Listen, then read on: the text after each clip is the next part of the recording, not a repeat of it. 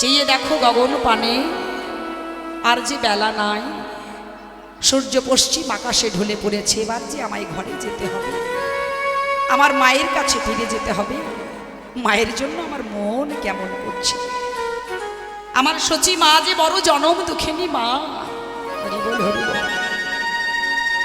গৌর সুন্দর ওই বেলা অবসান দেখে সূর্য পশ্চিম আকাশে ঢলে পড়েছে বলে ঘরে ফেরার কথা স্মরণ করলেন, আর আমাদের মতো জগৎ জীবকে শিক্ষা দিলেন। ওগো জগতের জীব, আজকে আমি যেমন এই হরিনামের খেলা খেলতে খেলতেও সময় থাকতে থাকতে নামের খেলা সমাধিয়ে ঘরে ফেরার কথা স্মরণ করলাম, তেমনি তোমরাও এই সংসারের খেলায় যতই মাতোয়ারা হয়ে থাকো না কেন গো, সময়টা থাকতে থাকতে তোমাদের ওই আয়ু সূর্যটা পশ্চিম আকাশে ঢলে পড়বার আগে তোমরাও যেন ঘরে ফেরার কথা স্মরণ করতে পারো।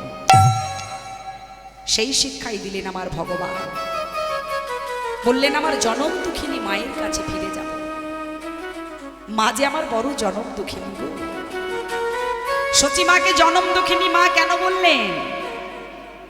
এই সচিমা কেন জনম দুঃখিনী জানো? সচিমায়ের কান্নার আর শেষ নেই গো। সারা জনম ধরে সচিমা কেঁদেছিলেন। আপনাদের পাশের বাড়ির কোনো মা যদি দুঃখ পায়, আপনারা প্রত্যেকেই বলেন যে বেচারা জনম দুঃখী, বলেন তো? আসলে জনম দুঃখিনী কাকে বলে জানো? আমার সচিমাকে বললেন জনম দুঃখিনী মা। কেননা সচিমায়ের কান্নার শেষ নেই, সারা জনম ধরে কাঁদলেন। সচিমা প্রথম কেঁদেছিলেন কখন না, যখন সচিমায়ের কোলে কোনো সন্তান আসেনি। আচ্ছা মাগো, এই জগতে কোনো নারী যদি নারী জাতিতে জন্ম নিয়ে মা হতে না পারে, তার যে কি দুঃখ, তার যে কি যন্ত্রণা, একমাত্র সেই বলতে পারে, তাই না মা? তাই সচিমা সেদিন সন্তান না পাওয়ার দুঃখে কেঁদেছিল। তারপর সচিমায়ের কোল আলো করে একটা কন্যা সন্তানের জন্ম হল। সেই কন্যা সন্তানকে দেখে সচিমায়ের মনে বড় আনন্দ হলো যে পুত্রই হোক আর কন্যাই হোক, আমার সন্তান তো আমায় মা বলে ডাকবে, কোল জুড়ে তো আমার সন্তান এসেছে। সচিমায়ের মনে খুব আনন্দ হলো, কিন্তু সেই আনন্দটা দীর্ঘস্থায়ী হলো না। কেন? কারণ সেই কন্যা সন্তান আমার সচিমাকে ফাঁকি দিয়ে চিরবিদায় নিয়ে চলে গেল। এইবার বলুন তো মায়েরা, এই জগতে কোনো নারী মা হতে না পারলে তার যেমন দুঃখ, তাহলে তার চেয়ে অনেক বেশি দুঃখ এটা নয় কি যে কোনো মা মা হওয়ার পরেও বহু কষ্ট যন্ত্রণা সহ্য করেও সন্তানের জন্ম দিয়ে যদি সেই সন্তানকে ধরে রাখতে না পারে। এই জগতে যদি কোনো মায়ের কোলে শূন্য করে দিয়ে চিরদিনের মতো মাকে কাঁদিয়ে সন্তান বিদায় নিয়ে চলে যায়, সন্তান হারানোর যে কি দুঃখ, কি বেদনা, একমাত্র সেই মাই বলতে পারে। এই জগতে প্রতিটি মা নিজের প্রাণের চাইতেও তার সন্তানকে ভালোবাসে। শুধু সচিমা নয়, আজও পর্যন্ত এই পৃথিবীতে ওই হাসপাতালের বিছানায় শুয়ে যদি কোনো মা জানতে পারে যে ডাক্তারবাবু জানিয়ে দিয়েছে মা অথবা সন্তান দুজনের মধ্যে একজনকে বাঁচানো যাবে, কি গো মা, এখনো পর্যন্ত কত মা সন্তানের জন্ম দিতে গিয়ে প্রাণ হারায়। জন্ম দেবার আগেও যদি মা জানতে পারে যে ডাক্তারবাবু বলে দিয়েছে মা অথবা সন্তান দুজনের মধ্যে একজনকে বাঁচানো যাবে, এই জগতের প্রতিটি মা একটাই কথা বলবে যে ডাক্তারবাবু আমি মরে যাই তাতে কোনো দুঃখ নাই, আমার সন্তান যেন সুস্থ থাকে, ভালো থাকে, আর আমি মরে যাবার আগে যেন আমার সন্তানের মুখটা একবার দেখে মরতে পারি। তাই তো মা, এই হচ্ছে মায়ের ভালোবাসা। অথচ দেখো, যে মা আমাদেরকে এত কষ্ট, এত যন্ত্রণা সহ্য করে এই পৃথিবীর আলো দেখায়,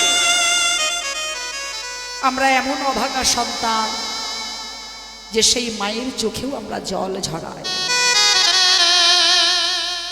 যদি বলেন কেন, আপনাদের এদিকে তাও একটু কম। আমাদের ওদিকে গেলে আপনারা প্রত্যেকটা বড় বড় শহরে দেখতে পাবেন কত কত বৃদ্ধাশ্রম তৈরি হয়ে গেছে।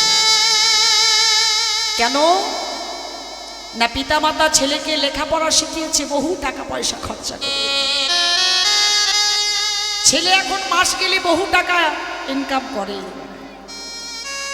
কিন্তু সেই ছেলের সুন্দর বাড়িতে পিতামাতাকে রাখার মতো একটু জায়গা হয় না। সেই জন্য পিতামাতা বৃদ্ধ হলে তাদেরকে বৃদ্ধাশ্রমে রেখে দেয়।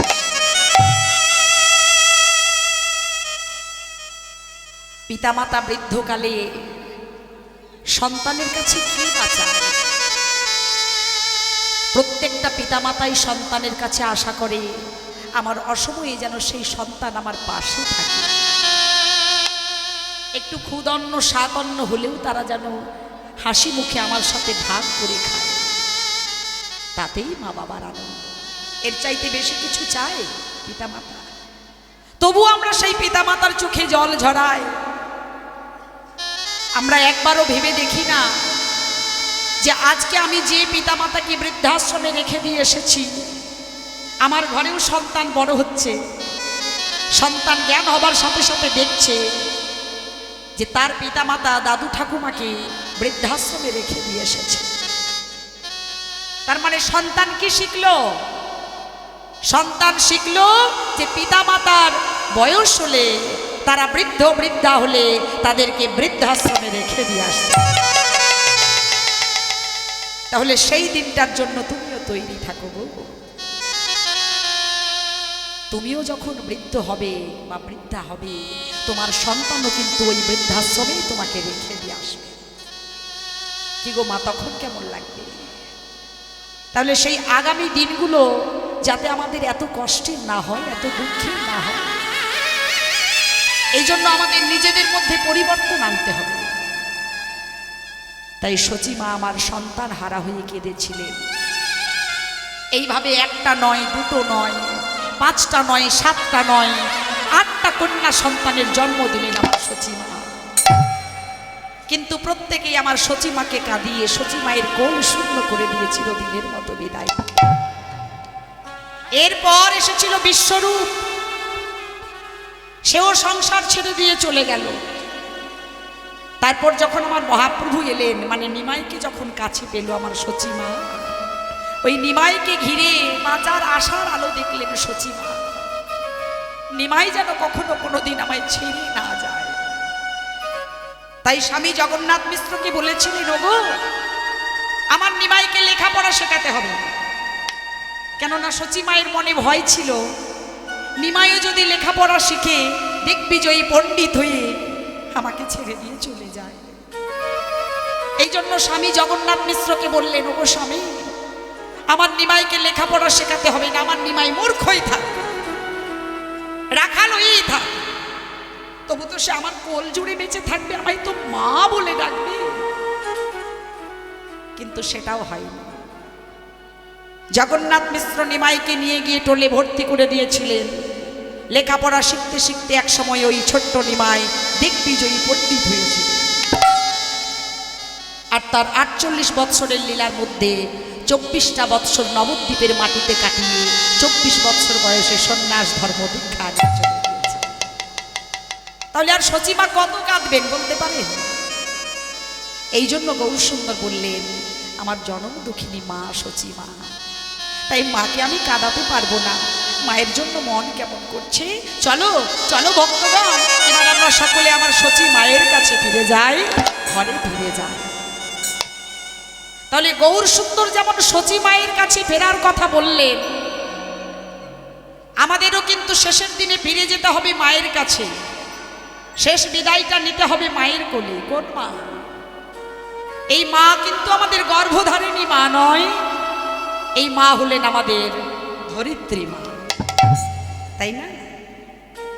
যেদিন তোমার এই সুন্দর দেহটা ছেড়ে দিয়ে প্রাণ পাখিটা পালিয়ে যাবে, সেদিন কিন্তু যতই তোমার অট্টালিকা পড়ে থাক সেখানে আর তোমার ঠাঁই হবে না। সেদিন ওই শেষ বিদায়টা নিতে হবে তোমায় ধরিত্রী মায়ের কোলে তুলসী তলা, তাই না?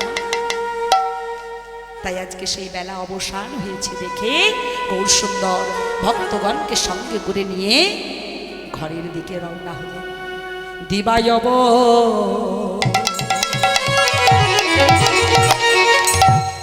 অবসান হেরি,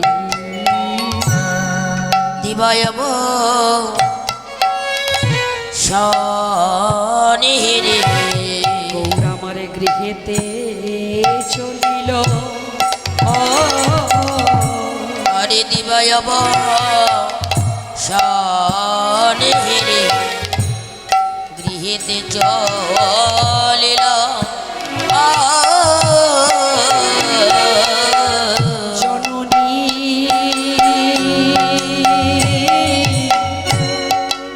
জননী চরণে আসি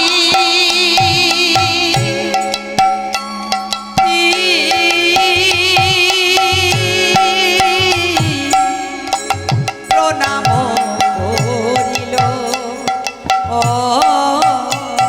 ওই জননী চরণে আসে,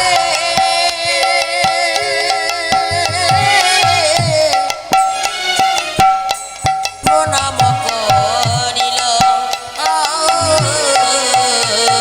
এবার জননী চরণে আসি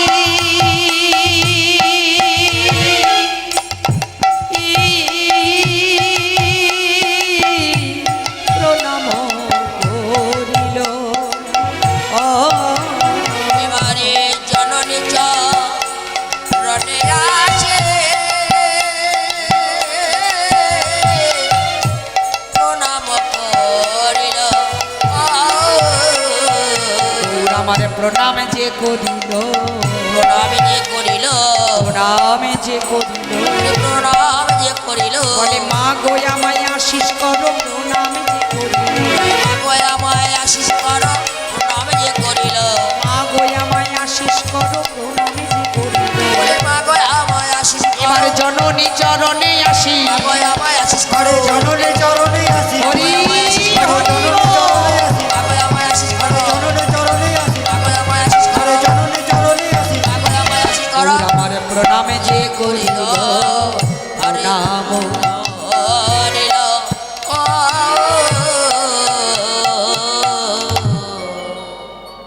জননী চরণে আসি প্রণামও করিল। সেই সকালবেলায় যখন মায়ের কাছ থেকে বিদায় নিয়ে গিয়েছিল ভক্তগণের সাথে, তখন জননীর চরণে প্রণাম জানিয়ে গিয়েছে। আবার এখন ঘরে ফিরেছে কিনা, তাই সর্বপ্রথমেই সচী মায়ের কাছে ফিরে মাতৃচরণে প্রণাম জানালেন আমার গৌর সুন্দর। হরি বল, হরি বল। কি গো মায়েরা, তোমাদের প্রত্যেকের বাড়িতে সন্তান আছে তো? তোমাদের সন্তান যখন কোথাও বাইরে যায় বা বাইরের থেকে ঘরে আসে, তোমাদের চরণে প্রণাম জানায়? জানাই না? কি গো মা, জানাই না? বলে এখনকার দিনের ছেলে মেয়ে তো কত করে বলি যে বাবা প্রণাম করো, ভক্তি করো, তারা শোনেই না, শেখেই না। তাহলে কি বলেন যে এর জন্য শুধুমাত্র ছেলে মেয়েরাই দায়ী? না, দোষটা কিন্তু শুধুমাত্র ছেলে মেয়েদের নয়, এর জন্য আমরাও কিছুটা দায়ী। যদি বলেন কেন, আমাদের দোষ কোথায়? আমরা তো ছেলে মেয়েদেরকে বলি, শিক্ষা দিই, কিন্তু তারা তো শোনেই না। ছেলে মেয়েদেরকে বলতে হবে না, শেখাতে হবে না যে বাবা প্রণাম করো। ছেলে মেয়েরা আপনা আপনি শিখে যাবে। কখন? যখন ছেলে মেয়েরা জ্ঞান হবার সাথে সাথে দেখবে যে তার পিতা মাতা দাদু ঠাকুমায়ের চরণে প্রণাম জানা, তার পিতা মাতা বাড়িতে সাধুগুরু বৈষ্ণব এলে তাদের সেবা দেয়, ভক্তি জানায়। প্রত্যেক দিন সন্ধ্যার সময় নিয়ম করে ঠাকুর ঘরে বসে কিছুক্ষণের জন্য হলেও হরি নাম সংকীর্তন গায়। এইটা যদি ছেলেমেয়েরা দেখে জ্ঞান হবার সাথে সাথে, তাহলে কিন্তু ছেলেমেয়েরা নিজে নিজেই শিখে যাবে, তাদেরকে আর শেখাতে হবে না।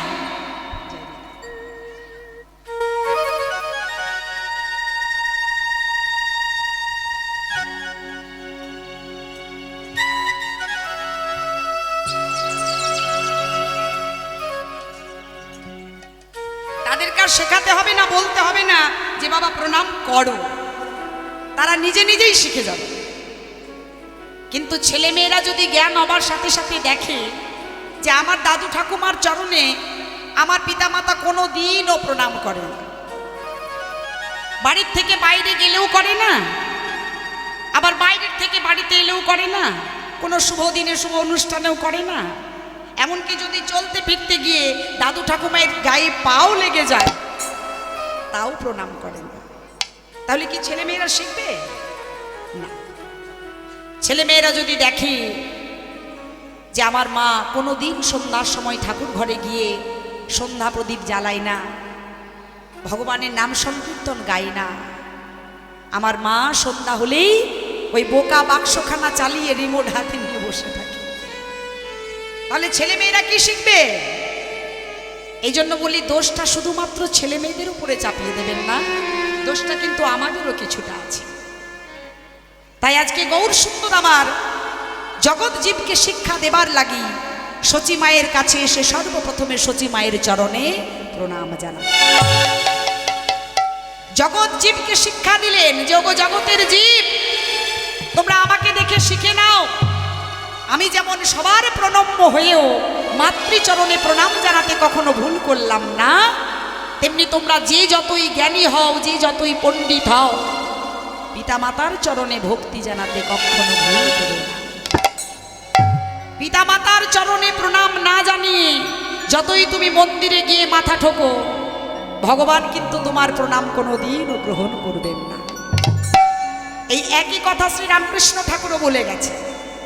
এই জন্য সর্বপ্রথমে পিতামাতার চরণে ভক্তি শ্রদ্ধা জানাতে হবে, পরে তুমি মন্দিরে গিয়ে ভগবানকে প্রণাম জানাও, তাহলে ভগবান তোমার প্রতি সন্তুষ্ট হবে। কিন্তু তুমি মন্দিরে গিয়ে ভগবানের ভোগ লাগাও আর ঘরে পিতামাতার চরণে কোনোদিন প্রণাম জানাও না, ভক্তি করো না, সাধুগুরু বৈষ্ণবের চরণে প্রণাম জানাও না, তাহলে কিন্তু কোনোদিনও তুমি তার কৃপা লাভ করতে পারবে না। এবার যেই না সচী মায়ের চরণে গিয়ে প্রণাম করেছে, সচী মায়ের চরণে প্রণাম করে বলছে, মা গো তুমি আমায় আশীষ করো, আশীর্বাদ করো। তা শুনে সচী মা বলছে, হ্যাঁ রে নিমাই, তোকে আমি আশীর্বাদ করবো, তা বাবা কি বলে আশীর্বাদ করবো বল, তুই কি আশীর্বাদ চাস আমার থেকে? নিমাই বলছে, ও মা তুমি আমার মাথায় হাত রেখে আশীর্বাদ করো, আমি যেন জনম জনম হরিনাম গাইতে পারি। বেশ বাবা, আমি তোকে আশীষ করলাম যেন তুই সারা জনম ধরে এমনি ভাবে হরিনাম সংকীর্তন করতে পারিস। এইবার নিমাই চরণতলায় ছিল, সচী মা আমার চরণতলা থেকে তুলে সারা দিনের পরে কাছে পেয়েছে, নিমাইকে বক্ষ মাঝে জড়িয়ে ধরেছে। নিমাইকে বুকের মাঝে জড়িয়ে ধরে সারা অঙ্গে হাত বুলাচ্ছে। আর হাত বুলাতে গিয়ে কি দেখলো গো মা? দেখে নিমাইয়ের সারা অঙ্গে ধুলা লেগে আছে। নিমাইয়ের অঙ্গে হাত বুলাতে গিয়ে দেখি নিমাইয়ের সারা অঙ্গে ধুলা লেগেছে। এমন করে আমার নিমাইয়ের সোনার অঙ্গে কে ধুলা দিয়েছে? কিরে নরহরি, এই গদাধর, ধুলা দিয়েছিস আমার নিমাইয়ের গায়ে? নিশ্চয়ই দিয়েছিস, তাহলে নিশ্চয়ই তুই দিয়েছিস। ভক্তগণ বলছে, ও মা তোমার নিমাইয়ের অঙ্গে ধুলা মাখাতে হয় না গো, সে যে নিজেই ধুলা মেখেছে, নিজে ধুলা মেখেছে, নিজে ধুলা মেখেছে, সে নিজে ধুলা মেখেছে, ধুলা মাখার স্বাদ পেয়েছে তাই নিজে ধুলা মেখেছে, যে মাখার স্বাদ পেয়েছে তাই নিজে ধুলা মেখেছে, মাখার স্বাদ পেয়েছে তাই নিজে ধুলা মেখেছে, যে মাখার স্বাদ পেয়েছে তাই নিজে ধুলা মেখেছে। ধুলা মাখার স্বাদ পেয়েছে তো মাখবে না কেন? সচী মা বলছে, হ্যাঁ রে, ধুলা কি কোনো মিষ্টি জিনিস যে স্বাদ পেয়েছে মানে যত পেরেছে মেখে নিয়েছে? এই বলে সচিব আমার নিমায়ের অঙ্গ থেকে ধুলাগুলো ঝেড়ে ঝেড়ে ফেলে দিচ্ছে। আর মহাজন এক পাশে দাঁড়িয়ে বলছে, মাগো তুমি তোমার নিমায়ের অঙ্গে ধুলা দেখতে পারবে না, সে কথা ভালো কথা, কিন্তু কৃপা করে তুমি তোমার নিমায়ের অঙ্গ থেকে ধুলাগুলো ঝেড়ে ফেলে দিও না। ওই ধুলা পাওয়ার জন্য কতজনা বসে বসে জন্ম জন্ম ধরে সাধনা করে। তাই ধুলা যদি তোমায় ঝেড়ে ফেলে দিতেই হয়, আমি রইলাম এই মাথা পেতে বসে, ধুলা তুমি আমার মাথায় দাও। ধুলায় ধূসর অঙ্গ গদ গদ ভাব, ধুলাই ধূসর অঙ্গ কত কত ভাব, ধুলায় ধূসর অঙ্গ গদ গদ ভাব, আরে ধুলাই ধূসর অঙ্গ কত কত ভাব, রাধা মোহন পদ করত ইয়াস। আরে রাধা মোহন পদ করত এ রাধা মোহন পদ করত ইয়াস। রাধা মোহন পদ করত ধুলা আমার মাথায় দাও মা, আমার মাথায় গাওয়া, ধুলা আমার মাথায় দাও মা, আমার মাথায় দাও মা, ওই আমি মাথা পেতে বসে আছি, আমার মাথায় দাও মা। আমি মাথা পেতে বসে আছি, আমার মাথায় দাও মা, দেখো আমি মাথা পেতে বসে আছি, আমার মাথায় দাও মা। আমি মাথা পেতে বসে আছি, আমায় মাথায় দাও মা। আরে রাধা মোহন পদ করত রাধা মোহন পদ করত রাধা মোহন দাস ঠাকুর বললেন, আমিও ওই চরণ ধুলার আশায় বসে রইলাম। এই যে ভক্তগণ আজকে বলেছে মা, যে তোমার নিমাই শুধু আজ বলে নয়, প্রতি যুগে যুগে যেখানেই ভক্ত চরণ ধুলা পাই, ছুটে গিয়ে সেই ভক্ত চরণ ধুলা অঙ্গে মাখে। তার দৃষ্টান্ত কোথায়? মহাভারতের যুদ্ধ শেষে পঞ্চ পাণ্ডবগণ যখন শ্রীকৃষ্ণের সম্মুখে গিয়ে দাঁড়ালেন, যিনি সবার আগে দাঁড়িয়েছেন তিনি হলেন অর্জুন। অর্জুন বলছে, কৃষ্ণ এই যে আমরা যুদ্ধে জয়লাভ করলাম, রাজ সুখ রাজ ঐশ্বর্য পেলাম, কিন্তু মনের মধ্যে তো শান্তি পেলাম না। কেন বলো তো, মনের মধ্যে শান্তি পেলাম না কেন? শ্রীকৃষ্ণ বললেন, অর্জুন যুদ্ধের শেষে কখনো শান্তি আশা করা যায় না। কেন যায় না? না, যখনই যেখানে কোনো যুদ্ধ হয় কত মানুষের প্রাণ চলে যায় সেই যুদ্ধে, তাই না? ভেবে দেখেছেন কখনো যারা সেই যুদ্ধে প্রাণ হারায়, তারা তো কোনো না কোনো মায়েরই সন্তান, তারা তো কোনো না কোনো পিতার পুত্র, কোনো না কোনো পুত্রের পিতা। তাহলে যারা সেই যুদ্ধে প্রাণ হারিয়েছে, যে মায়ের কোল শূন্য করে দিয়ে সন্তান চলে গেছে, যে রমণীর স্মৃতির সিঁদুরটা মুছে গেছে, সে কি চোখের জল ফেলে? এই জন্য যুদ্ধের শেষে কখনো শান্তি আশা করতে নেই। অর্জুন বলছে, কৃষ্ণ আমি সবার আত্মার শান্তি কামনায় একটা যজ্ঞ করতে চাই, যদি তুমি অনুমতি দাও তবে। ভগবান শ্রীকৃষ্ণ বললেন, আমার পূর্ণ সম্মতি রইল, তোমরা যজ্ঞের আয়োজন শুরু করো। সকলে মিলে শ্রীকৃষ্ণের অনুমতি পেয়ে এইবার যজ্ঞের আয়োজন শুরু করে দিয়ে, সেই যজ্ঞ সম্বন্ধে আপনারা হয়তো অনেকেই জ্ঞাত। সেই যজ্ঞটা হলো রাজস্বীয় যজ্ঞ। এক একজন এক একটা কাজের দায়িত্ব নিয়ে নিয়েছে। কেউ বলল আমি রন্ধন করব, কেউ বলল আমি পরিবেশন করব, কেউ বলল আমি অতিথি আপ্যায়ন করব। যে কোনো যজ্ঞ অনুষ্ঠান পরিচালনা করতে গেলে একার দ্বারা কি সম্ভব হয়? বহু মানুষকে এগিয়ে আসতে হয়। এই যে আজকে আমরা সকলে এখানে এসেছি এই মন্দির প্রাঙ্গণে, সপরিবারের সকলে মিলে তো আয়োজন করেছেন। আচ্ছা বলুন তো, এই এলাকার কত ভক্তবৃন্দ, কত আত্মীয় স্বজন, বন্ধু বান্ধব যারা এই মন্দিরের সাথে আষ্টে পৃষ্ঠে জড়িয়ে আছেন, কত মানুষ এগিয়ে এসছেন না? কতদিন আগের থাকতে কত পরিশ্রম করেছেন, তবেই তো আজকের এই সুন্দর দিনটা এসেছে, তাই তো মা?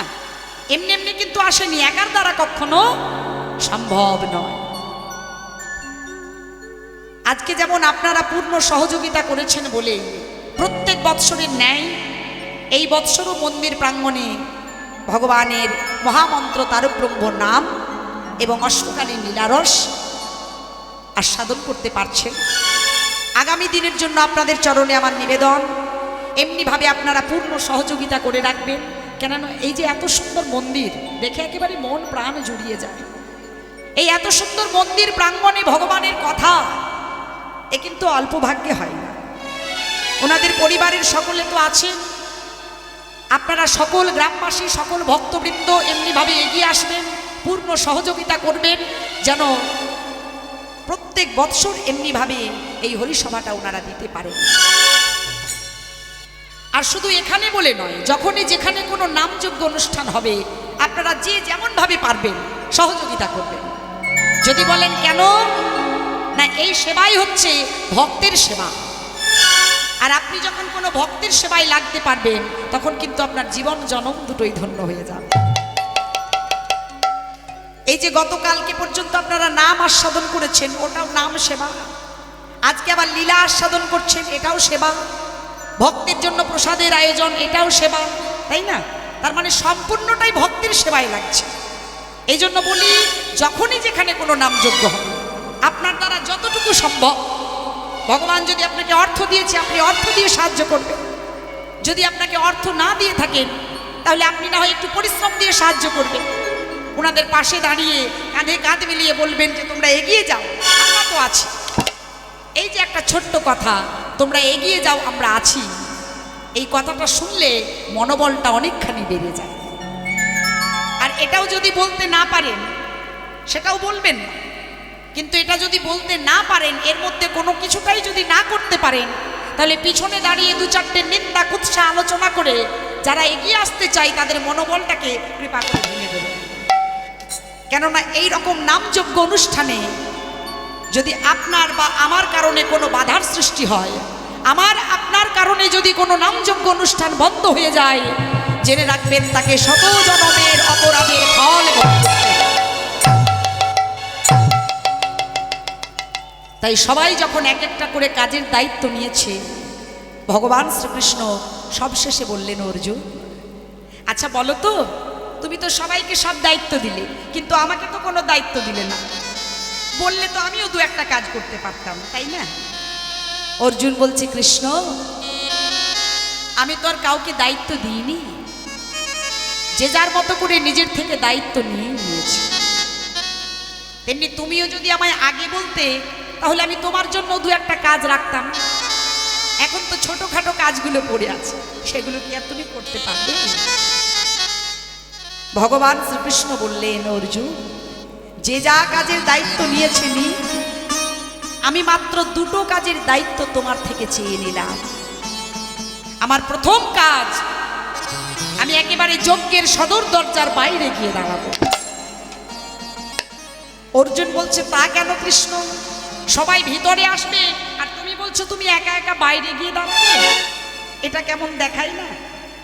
শ্রীকৃষ্ণ বললেন, অর্জুন আমি সবার আগে ওই বাইরে গিয়ে কেন দাঁড়াবো জানো?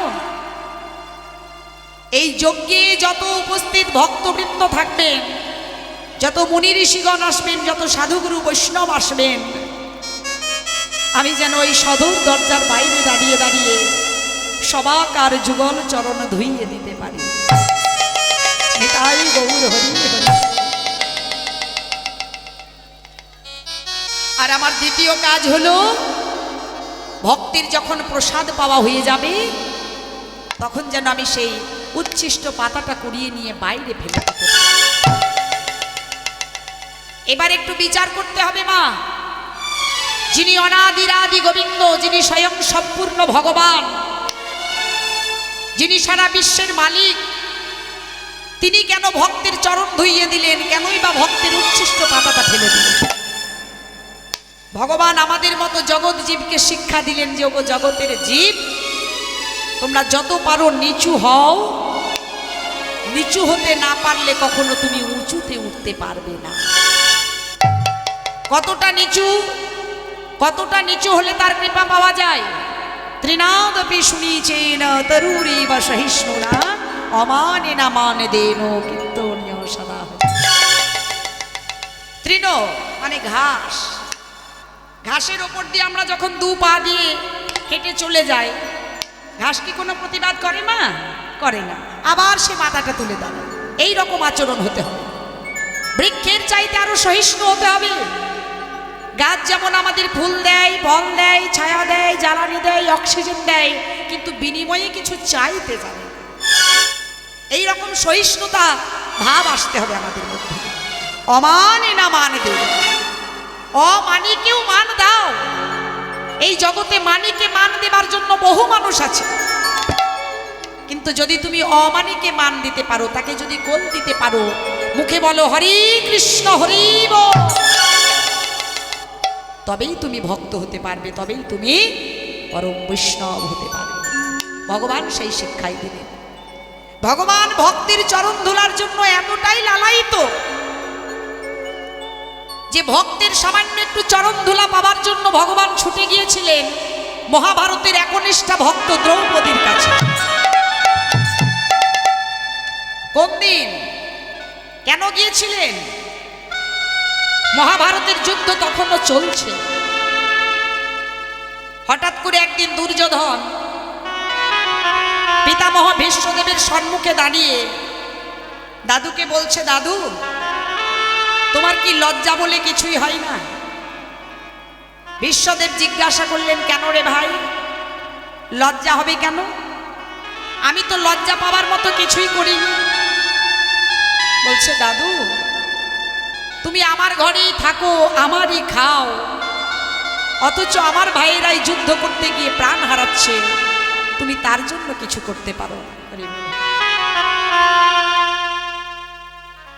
বিশ্বদেব বললেন, শোন, এত বড় কথাটা যখন বলতে পারলি, এই কথাটা শুনে ভীষ্মদেবের অন্তরে বড় আঘাত লাগলো।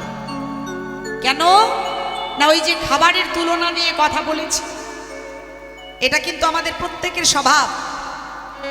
দেখবেন আপনাকে যদি কেউ খুব সুন্দর করে সেবা দেয়, এখন সেবা দেবার পরে যদি দু চারটে কথা শোনায়, মানে খাবারের তুলনা দিয়ে, খোঁটা দিয়ে, কিরকম লাগে? অন্তরে আঘাত লাগে না?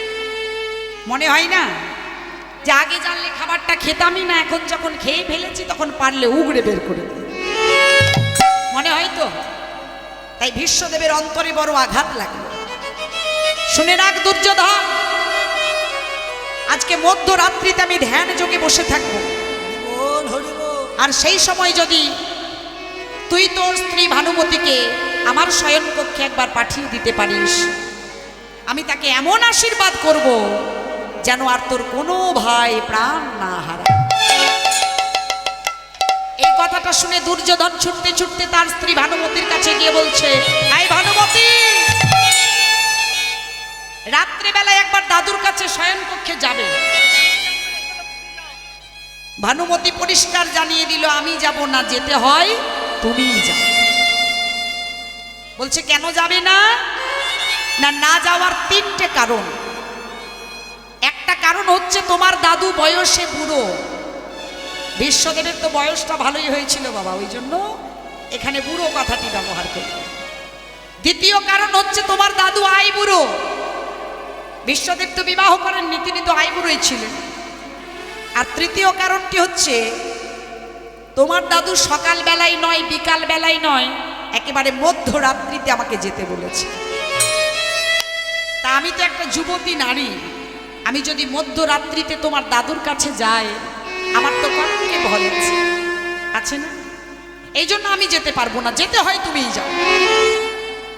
পরিষ্কার জানিয়ে দিলেন যে আমি যাব না। এই যে ভানুমতি আর দুর্যোধন দুজনে জানলেন কথাটা, এই দুজন ছাড়া কিন্তু আর কারুর জানার কথা ছিল না, কিন্তু ভাগ্যক্রমে আরো একজন জানলেন। তিনি কে? ওই যে আমরা যখন কোনো অন্যায় করি, কোনো পাপ কাজ করি, মনে মনে ভাবি না, আহা আমি তো জানলাম, আমি ছাড়া কি আর কেউ জানলো? সাবধান, জেনে রাখবেন, আমি ছাড়া, আপনি ছাড়া আরেকজন কিন্তু আছেন যিনি সকল কিছুর খবর রাখেন, যার কাছে ফাঁকি দেওয়া যায় না। তিনি কে গো? তিনি হলেন অন্তর্যামী ভগবান শ্রীকৃষ্ণ। তাই ভগবান অন্তরে জানতে পারলেন যে ভানুমতি যাবে না, তাই চিন্তা করলেন এই এত সুন্দর আশীর্বাদটা যাতে বিফলে না যায়, এই আশীর্বাদটা আমি পাইয়ে দেব দ্রৌপদীর মতো ভক্তকে। তাই ভগবান ছুটতে ছুটতে গেলেন দ্রৌপদীর শয়নকক্ষের বাইরে। দ্রৌপদীর শয়নকক্ষের বাইরে দাঁড়িয়ে শ্রীকৃষ্ণ ডাক দিলেন, দ্রৌপদী।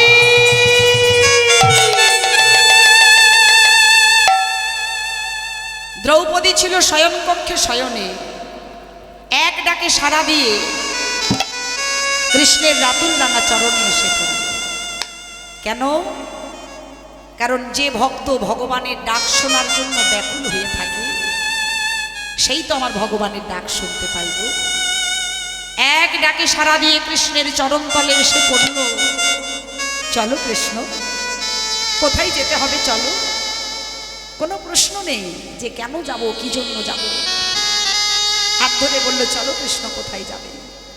কেননা ভক্ত তো জানে, ভগবান যদি নিজ গুণে কৃপা করে একবার ভক্তের হাতটা শক্ত করে ধরে, ভক্তের আর চিন্তা করতে হয় না।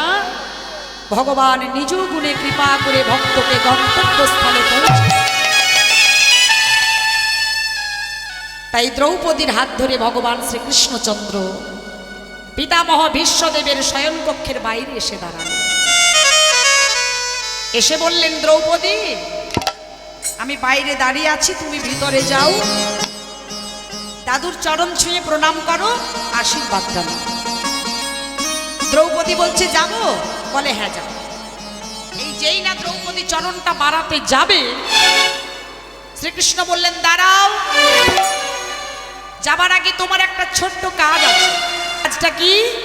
না, তোমার পায়ে যে জুতো জোড়া, খড়ম জোড়া আছে, ওই খড়ম জোড়া তুমি বাইরে খুলে দিয়ে তারপর ভিতরে চলে যাও। কেননা খড়ম পরে যদি ভিতরে যাও, ঠক ঠক করে আওয়াজ হবে, বিশ্বদেব হয়তো আশীর্বাদটাই আর দেবেন। আগেকার দিনে তো খড়মের ব্যবহার ছিল, তাই না? তা দ্রৌপদী মনে মনে চিন্তা করছে, খড়ম জোড়া যদি বাইরে খুলে দিয়ে যায় আর পরে যদি আমার জুতো চুরি হয়ে যায়, তখন তার দায় দেবে কি? কেননা এর আগে দ্রৌপদীর জুতো আরো একবার চুরি হয়েছে, কুকুরে নাকি নিয়ে পালিয়েছে, তার জন্য দ্রৌপদী তাকে অভিশাপও দিয়েছে। তাই আজকে জিজ্ঞাসা করে রাখলো যে খড়ম জোড়া বাইরে খুলে রাখবো, পরে যদি জুতো চুরি হয়ে যায়। ভগবান শ্রীকৃষ্ণ বললেন, দ্রৌপদী, তুমি নিশ্চিন্ত মনে ভিতরে যাও, তোমার চিন্তার কোনো কারণ নেই, কারণ তোমার খড়ম জোড়া পাহারা দেবার জন্য আমি তো আছি। ভাবতে পারা যায়, ভগবান আজকে নিজে দাঁড়িয়ে রইলেন ভক্তের ওই পাদুকা জোড়া পাহারা দেবার জন্য। ভগবান বলেছেন, ভক্ত যদি একবার আমাতে শরণাপন্ন হয়, ভক্ত যদি সব কিছু দিয়ে আমাকে একবার ডাকার মতো ডাকতে পারে, ভক্ত আমাতে শরণাপন্ন হলে সেই ভক্তের সকল কিছুর দায়ভার আমি বহন করি। ভক্তের বোঝা কে বয় গো? ভক্তের বোঝা তো আমার ভগবানই বয়। এই বলে দ্রৌপদীকে ভিতরে পাঠিয়ে দিয়েছে। কিন্তু দ্রৌপদী হচ্ছে চতুর ভক্ত। কেন চতুর হবে না? হরি নামে কৃষ্ণ নামে বড়ই মধুর, আর যে জন কৃষ্ণ ভজে সে বড় চতুর। চতুরালি না জানলে তো কৃষ্ণ ভজন হয় না গো। তাই দ্রৌপদী দরজার ভিতরে গেছে, কিন্তু দরজার আড়ালে চুপটি করে দাঁড়িয়ে আছে যে কৃষ্ণ কি করে তাই দেখে। আর ওদিকে বাইরে দাঁড়িয়ে শ্রীকৃষ্ণ মনে মনে চিন্তা করছেন, এই জগতে আমি তো ভগবান, সরৈশ্বর্যপূর্ণ আমি, কিন্তু আমি ভগবান হলেও আমার কাছে একটা বস্তুর বড় অভাব। সেটা কি গো মা? যেটা আমার ভগবানের কাছেও থাকে না, যেটা পাবার জন্য ভগবানকে ছুটে আসতে হয় ভক্তের কাছে। ভগবান সরৈশ্বর্যপূর্ণ, সব কিছুর মালিক তিনি, কিন্তু তথাপিও কাঙাল ভক্তের কাছে ভগবানকে নেমে আসতে হয়। কিসের লাগি? একটুখানি ভক্তি পাওয়ার লাগি। তাই ভক্তিটা কখনো আমার ভগবানের কাছে থাকে না। ভক্তি যদি আমার ভগবানের কাছে না থাকে, তাহলে ভক্তি থাকে কোথায়? আপনারা হয়তো মনে মনে ভাবতেই পারেন যে আমরা যদি মন্দিরে গিয়ে ভগবানের কাছে একটু ভক্তি চাই, যে ঠাকুর আমায় একটু ভক্তি দাও, তাহলে তো ভগবান আমায় ভক্তি দিতে পারবেন। বলে না, ভগবান বলবেন আমি তোমাদেরকে ভক্তিটা দিতে পারবো না। কেন পারবো না? কারণ ভক্তি কখনো ভগবানের কাছে থাকে না। ভক্তি কোথায় থাকে? কৃষ্ণ ভক্তি রসভাবিতামতি ক্রিয়তাং যদি কুতুভিলভ্যতে তত্র লল্লমপি মূল্যমে কলঙ্গে কোটি জন্ম সুকৃতি নলভ্যতে। ভক্তি কোনো সাধারণ হাটে বাজারে পাওয়া যায় না। ভক্তিটা ক্রয় করতে চাইলে সাধুগুরু বৈষ্ণবের বাজারে যেতে হবে। তাও আবার শুধু হাতে গেলে হবে না, অনুরাগ রূপী থলি নিয়ে আর লালসা রূপী মূল্য নিয়ে যদি তুমি সাধুগুরু বৈষ্ণবের বাজারে যেতে পারো, তবেই তুমি ভক্তি লাভ করতে পারো। তাই ভগবান চিন্তা করলেন, শুনেছি ভক্তের চরণ ধরলে, চরণ ধুলা গায়ে মাখলে নাকি ভক্তি পাওয়া যায়। কিন্তু আমি ভগবান হয়ে ভক্তের কাছে চরণ ধুলা চাইলে কেউ তো আমায় দেয় না। কি গো, দেবে? ভগবান যদি ভক্তের কাছে চরণ ধুলা চাই, কোনো ভক্ত দেবে? আপনারা দেবেন? বিগ্রহ থেকে যদি এখনই ভগবান বেরিয়ে এসে আপনাদের কাছে গিয়ে বলে যে তোমাদের চরণ ধুলা একটু করে দাও, চরণ ধুলা দেখে আমি একটু ভক্তি লাভ করতে চাই, আপনারা কি কেউ দেবেন? না। সবাই বলবে একটাই কথা, যে তুমি ভগবান আর আমি ভক্ত, চরণ ধুলা দিলে পরে আমার অপরাধ হয়ে যাবে। তাই ভগবান চিন্তা করলেন যে চাইলে তো কেউ দেয় না। এই জগতে এমনও ভক্ত আছে, যে ভক্ত আমার ভগবানকে ভালোবেসে তার সর্বস্ব ভগবানের চরণে সমর্পণ করে দিতে পারে। ধন, ঐশ্বর্য, মান, যশ, খ্যাতি, এমনকি দেহ, মন, প্রাণ গোবিন্দ চরণে সমর্পণ বলতে পারে, হে গোবিন্দ, আমি জনবীর মতো তোমার হলাম। কিন্তু ভগবান চাইলে কেউ চরণ ধুলা দিতে পারে না। তাই ভগবান চিন্তা করলেন, চাইলে তো কেউ দেয় না, আজকে দেখব লুকিয়ে লুকিয়ে একটু দ্রৌপদীর খরম জোড়া থেকে চরণ ধুলা গায়ে মাখলে ভক্তি পাওয়া যায় কি। তাই দ্রৌপদীকে ভিতরে পাঠিয়ে দিয়ে ভগবান শ্রীকৃষ্ণ ওই দ্রৌপদীর খরম জোড়া থেকে চরণ ধুলা নিয়ে সারা অঙ্গে মাখছেন, আর খরম জোড়া বক্ষ মাঝারে জড়িয়ে ধরেছেন। জুড়ালাম, জুড়ালাম, জুড়ালাম। কিন্তু মা দ্রৌপদী তো ভিতরে যায়নি, সে তো আড়ালে দাঁড়িয়েছিল। এতক্ষণ ধরে আড়ালে দাঁড়িয়ে দাঁড়িয়ে সে সব কিছু দেখছিল, এতক্ষণ দেখছে। এরপরেও কি দেখা যায়? দ্রৌপদী মনে মনে ভাবছে, হে গোবিন্দ, যে তোমার চরণের এক কণা ধুলি কণা পাবার জন্য এই জগতে কত মুনি ঋষি জন্ম জন্ম ধরে তপস্যা করে, তবুও পারে না। আর তুমি কি না আমার মতো অভাগিনীর চরণ ধুলা নিয়ে সারা গায়ে মাখছো? এ তুমি কি করছো কৃষ্ণ? ফেলে দাও তোমার খরম জোড়া। এই বলে হাত থেকে কেড়ে নিয়ে খরম জোড়া মাটিতে ফেলে দিয়েছে। দ্রৌপদী বলছে, কৃষ্ণ, তোমার যদি চরণ ধুলা নেওয়ারই ছিল, তুমি তো আমায় চাইতে পারতে, চাইলে কি আমি একটু চরণ ধুলাও দিতাম না? ভগবান বললেন, দ্রৌপদী, ভগবান চাইলে ভক্ত সব কিছু দেয়, কিন্তু চরণ ধুলা কেউ দেয় না। দ্রৌপদী বলছে, কৃষ্ণ আর কেউ না দিলেও আমি তো দিতাম। কেন জানো? কারণ এই দ্রৌপদী সেই ছোট্টবেলা থেকে না জেনে না শুনে তোমার রাতুল ডাকা চরণে তার সর্বস্ব সঁপে দিয়ে বসে আছে। তুমি ছাড়া আর আমার আছেই বাকি। তোমার সুখের লাগি একটু চরণ ধুলা আমি দিতে পারবো না?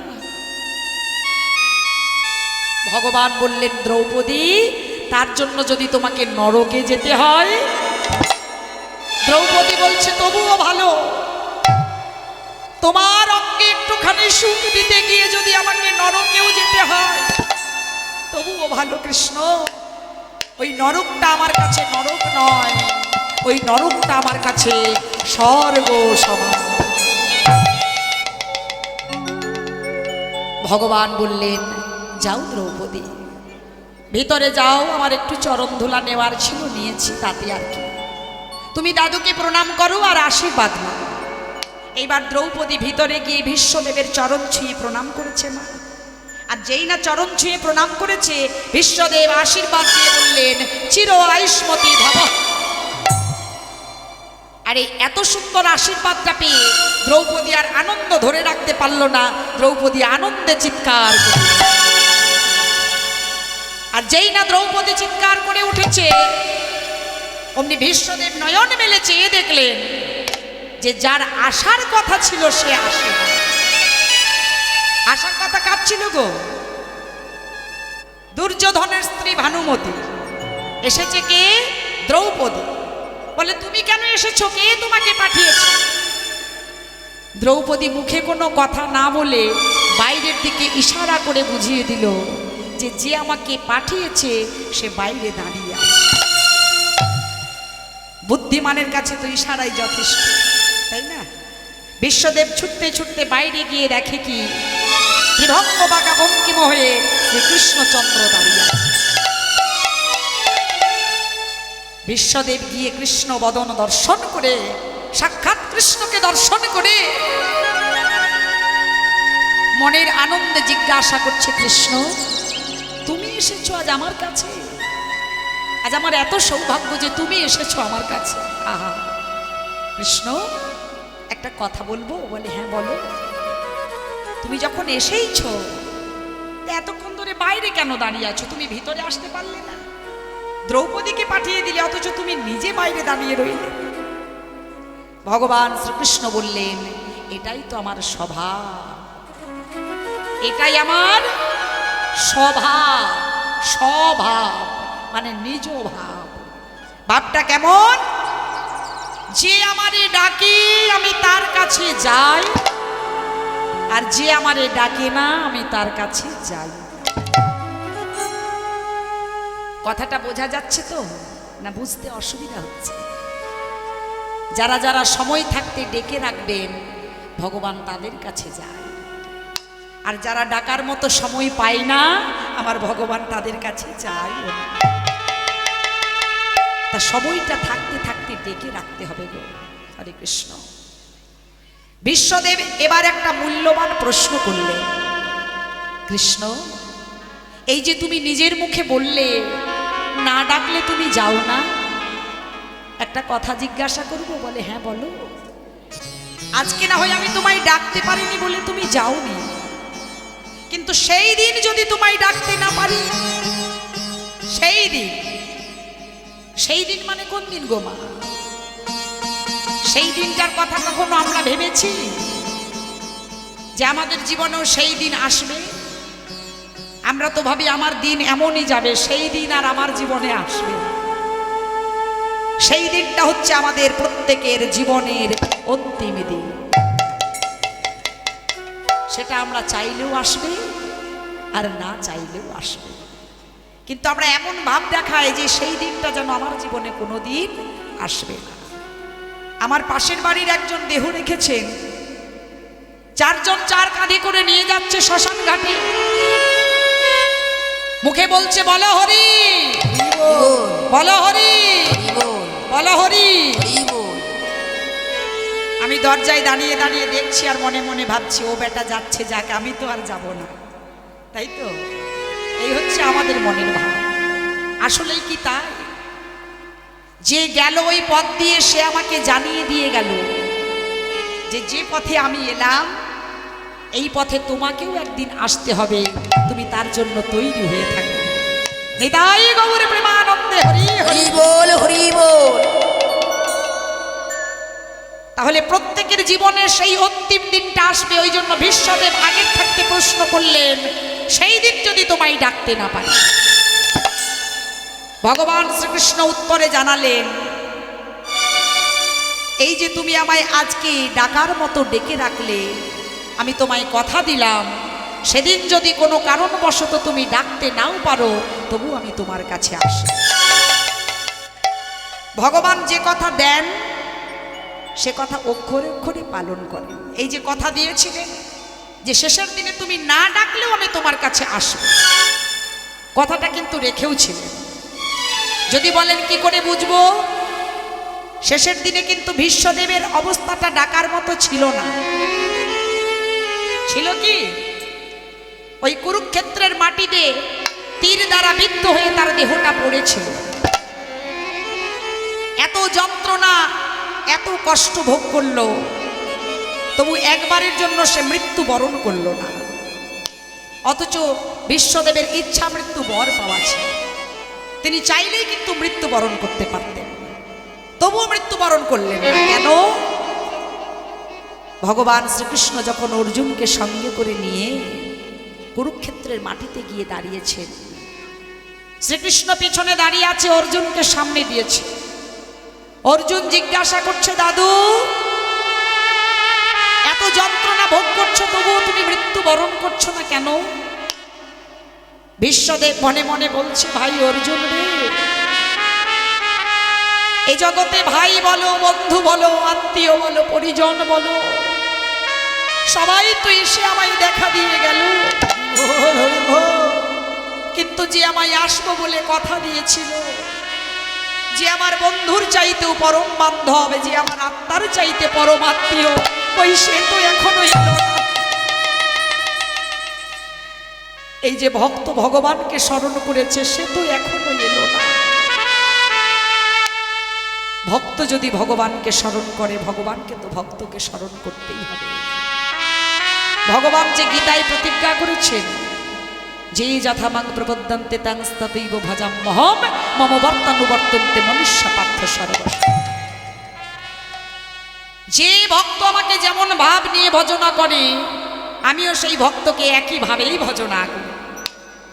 তাই ভগবান শ্রীকৃষ্ণ সম্মুখে এসে দাঁড়ালেন, আর এই বিশ্বদেব এত বড় ভাগ্যবান, পরম ধার্মিক তিনি, যে সাক্ষাৎ শ্রীকৃষ্ণের বদন দর্শন করে তারপরে কিন্তু মৃত্যুবরণ করেছে।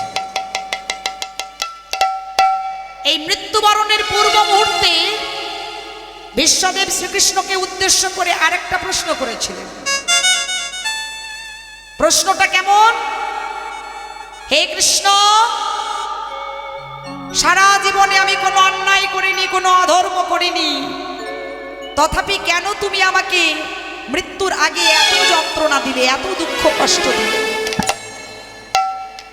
এই প্রশ্নটা কিন্তু আমরা প্রত্যেকে করি, করেন না? মন্দিরে গিয়ে বিগ্রহ দর্শন করলে আমরা প্রত্যেকেই জিজ্ঞাসা করি, ঠাকুর আমি তো কোনো অন্যায় করি না, অপরাধ করি না, তাও তুমি কেন আমায় এত দুঃখ কষ্ট দাও?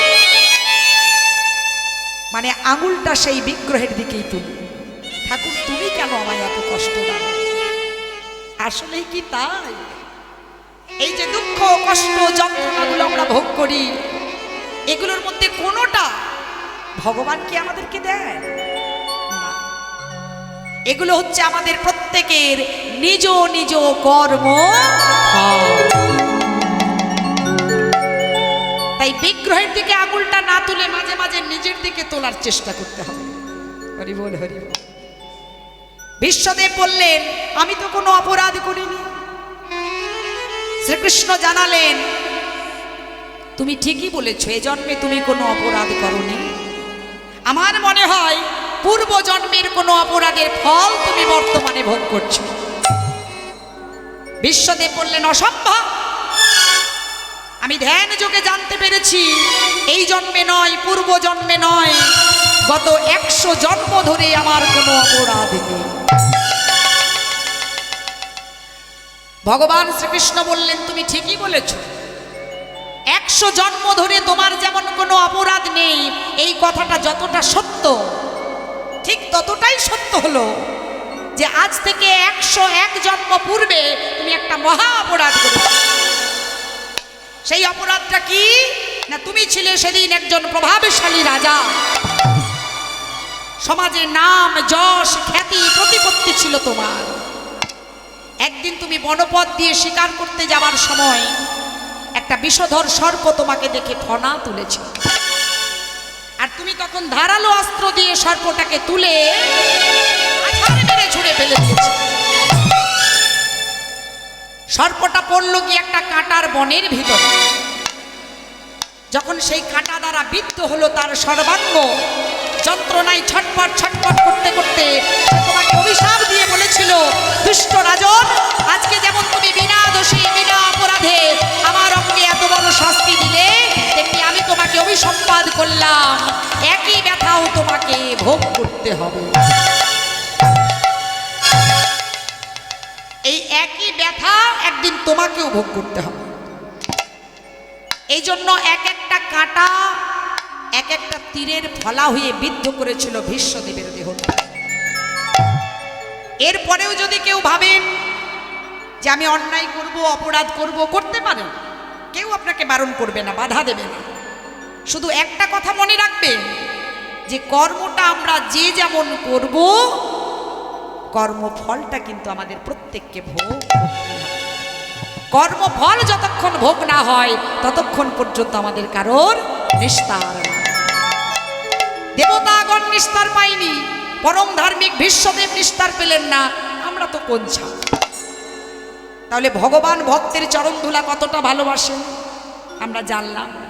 অথচ দেখুন আজকে আমরা সকলেই সেই সৌভাগ্যবান বা সৌভাগ্যবতী। যদি বলেন কেন না, আজকে আমরা সেই সাধুগুরু বৈষ্ণবের চরণ ধুলা লাভ করতে পারছি, তাই তো? এই হরিসভার প্যান্ডেলে বসে আমরা কিন্তু চাইলেই সেই ভক্ত চরণ ধুলা নিয়ে সারা গায়ে মাখতে পারি, মাথায় পরশ করাতে পারি। এই ভক্ত চরণ ধুলা কোনো সাধারণ বস্তু নয় গো। এই চরণ ধুলা পাবার জন্য আমার ভগবান পর্যন্ত কাঙাল। তাই তো বলি, যারা যারা এই হরিসভার প্যান্ডেলে এসেছো, এই হরি কথা কৃষ্ণ কথা সাধন করতে করতে যদি তোমরা পারো, খুব ভালো হয় একটু করে ভক্তের চরণ ধুলা মাথায় নিও। আরো ভালো হয় যদি পারো ভক্ত অঙ্গে আলিঙ্গন দিও। হয়তো বলছো যে কেন, ভক্ত অঙ্গে আলিঙ্গন দিলে আর চরণ ধুলা মাথায় নিলে কি হবে? ভগবান নিজ মুখে বলেছেন, আমি যে ভক্ত বড় ভালোবাসি, ভক্ত ছাড়া আমি রইতে নারি। আমি আমার ভক্তের কাছে ছুটে যাই কখন জানো? যখন হরি কথা কৃষ্ণ কথা সাধন করতে করতে আমার কোনো ভক্ত আর এক ভক্তকে আলিঙ্গন দেয়, জড়াইয়ে ধরে। আমার নামের বন্যায় ভাসতে ভাসতে যখন এক ভক্ত আরেক ভক্তকে জড়াইয়ে ধরে আলিঙ্গন দেয়, তখন ওই দুই ভক্তের মাঝখানে একটুখানি ফাঁকা জায়গা থেকে যায়, থাকে না? দুজন ভক্ত যখন আলিঙ্গন দেয় তখন মাঝে একটু ফাঁকা জায়গা থেকে যায়। ভগবান বললেন, আমি তখন কি করি জানো? ওই ভক্তকে দর্শন করে আমি যে তখন আর রইতে নারি গো, আমি তখন আমার রাধা রানীকে বামে লইয়ে যুগল হয়ে ওই দুই ভক্তের মাঝখানে গিয়ে গড়াগড়ি যায়। নিতাই গৌর প্রেমানন্দে হরি হরি। তাই একবার ভক্ত অঙ্গ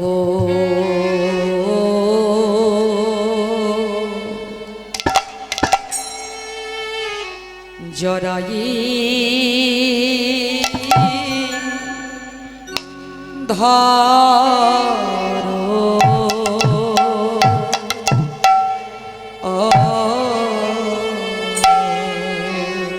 ভক্তয়ঙ্গ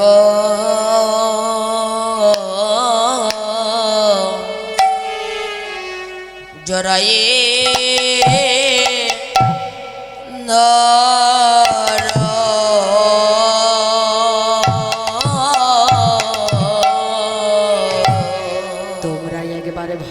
ভক্তয়ঙ্গ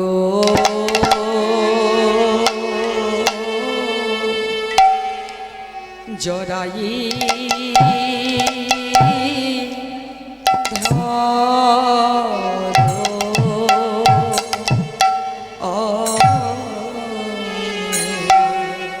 ভক্তয়ঙ্গ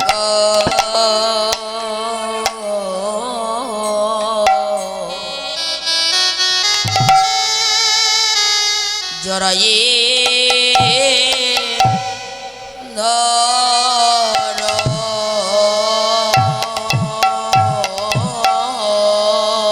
তোমাদের এমন সাধীর জন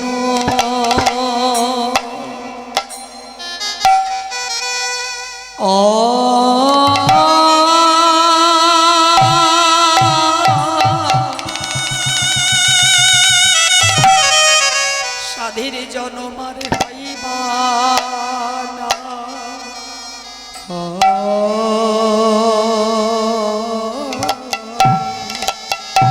তোমরা ভক্তয়ঙ্গ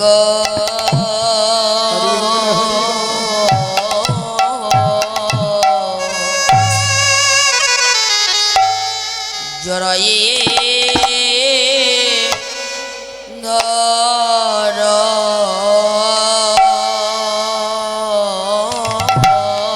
তোমাদের এমন সাধীর জন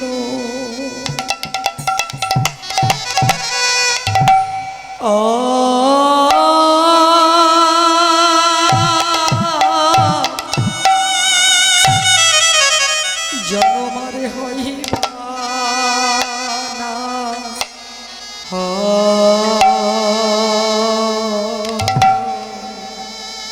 যদি পারো একবারে ভক্তয়ঙ্গ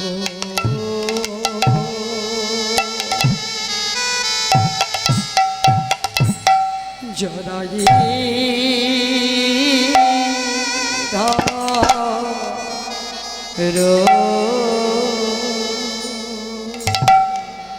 এমন সাধের জন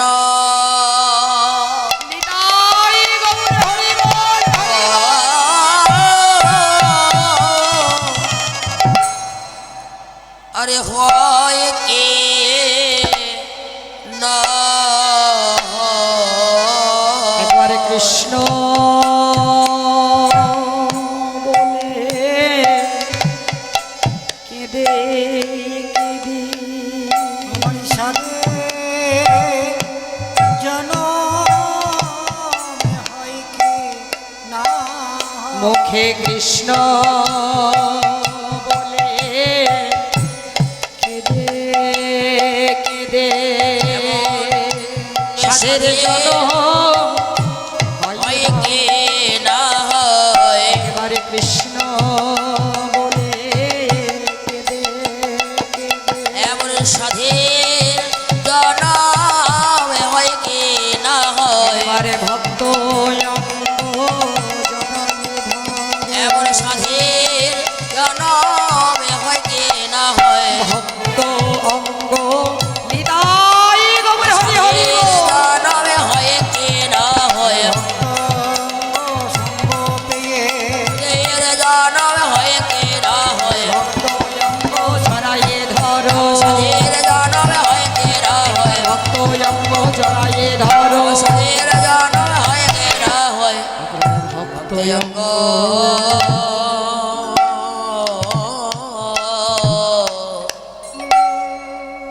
জরায়ে ধর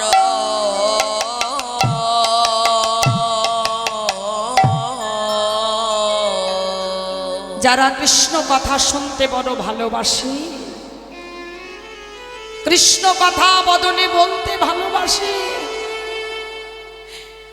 ওই কৃষ্ণ নামের বন্যায়, কৃষ্ণ প্রেমের বন্যায় তারা কৃষ্ণ কথা শুনতে শুনতে আর নিজেকে ধরে রাখতে পারে না। সম্মুখে কোনো ভক্তকে দর্শন করলেই ছুটে গিয়ে তাকে জড়াইয়ে ধরে আনে। আর ভগবান বললেন ওই ভক্ত যখন ভক্ত অঙ্গে আলিঙ্গন দেয় তখন আমি আর নিজেকে ধরে রাখতে পারি না, রাধারানীকে বামে নিয়ে যুগল হয়ে সেথায় গড়াগড়ি যায়।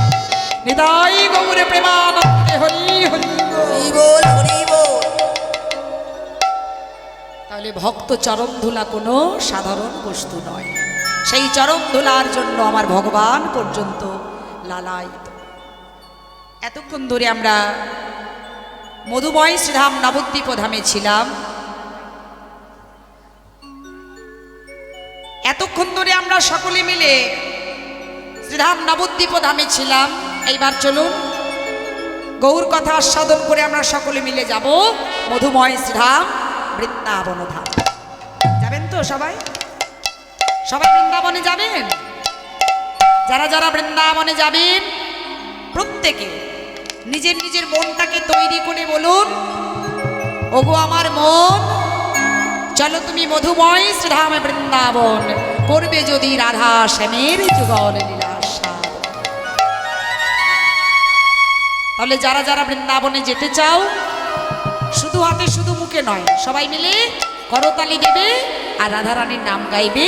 এই মনটাকে নিয়ে আমরা সকলে মিলে কৃষ্ণ নামে পাগল হয়ে বৃন্দাবন ধামে প্রবেশ করি। কৃষ্ণ নামে পাগল আমার মন,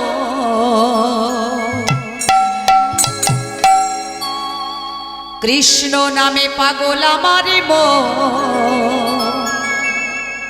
যাবই আমি মধুর বৃন্দাবন। কৃষ্ণ নামে পাগল আমার মন, যাব আমি মধুর বৃন্দাবন। চলো কৃষ্ণ নামে পাগল আমার মন, যাবই আমি মধুর বৃন্দাবন। কৃষ্ণ নামে পাগল আমার মন, যাব আমি মধুর বৃন্দাবন। ওই শ্যামী কুণ্ড, শ্যামী কুণ্ড, শ্যামী কুণ্ড, রাধা কুণ্ড, গিরি